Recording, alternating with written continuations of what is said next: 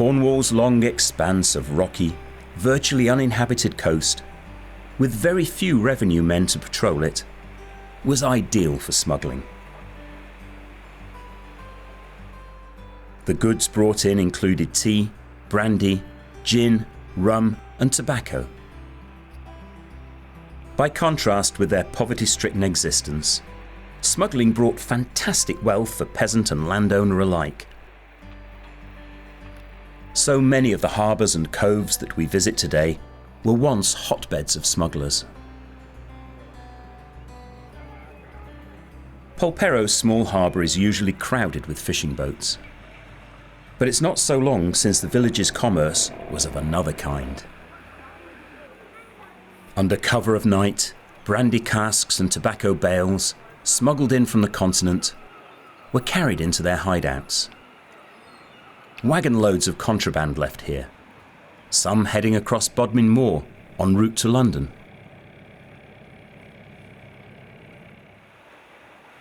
Initially, smuggling took place fairly openly, with cargoes landed directly on the shore.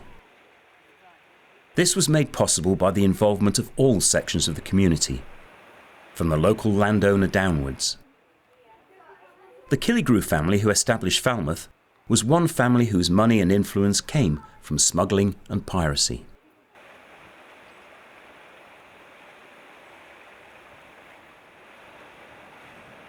Prussia Cove is known for the 18th century shipwrecker and smuggler John Carter, known as the King of Prussia.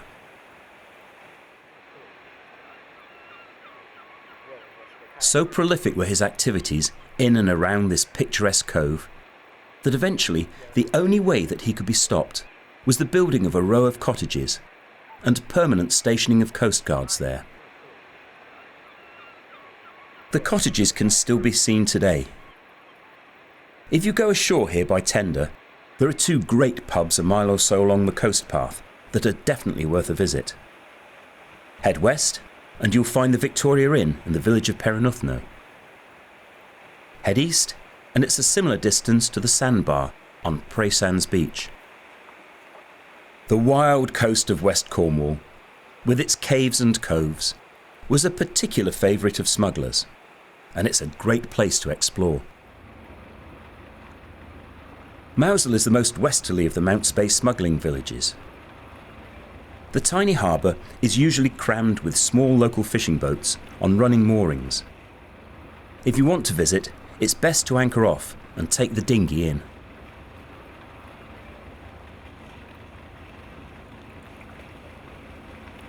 It wasn't just the customs men smugglers needed to keep a careful eye on.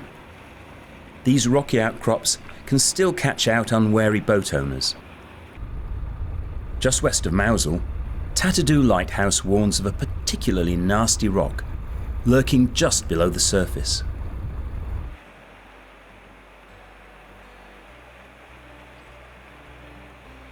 One of my favourite anchorages is off the storm-beaten stone quay at Lamorna.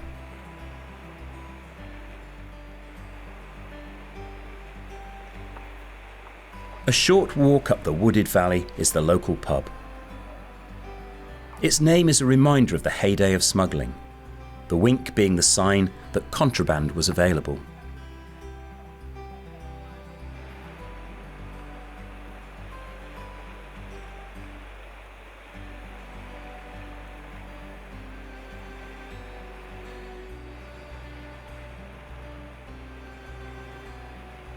Mullion Cove, at the east of Mounts Bay, and the wild surrounding coastline were also regular landing places for contraband.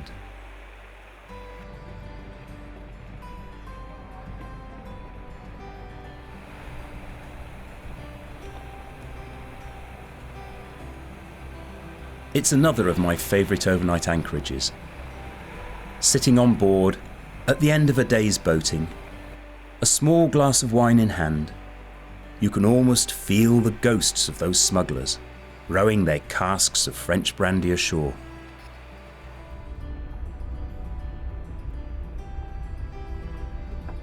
Holidaymakers enjoying the coves of the Lizard Peninsula rarely realise that they are walking in the footsteps of those early free traders.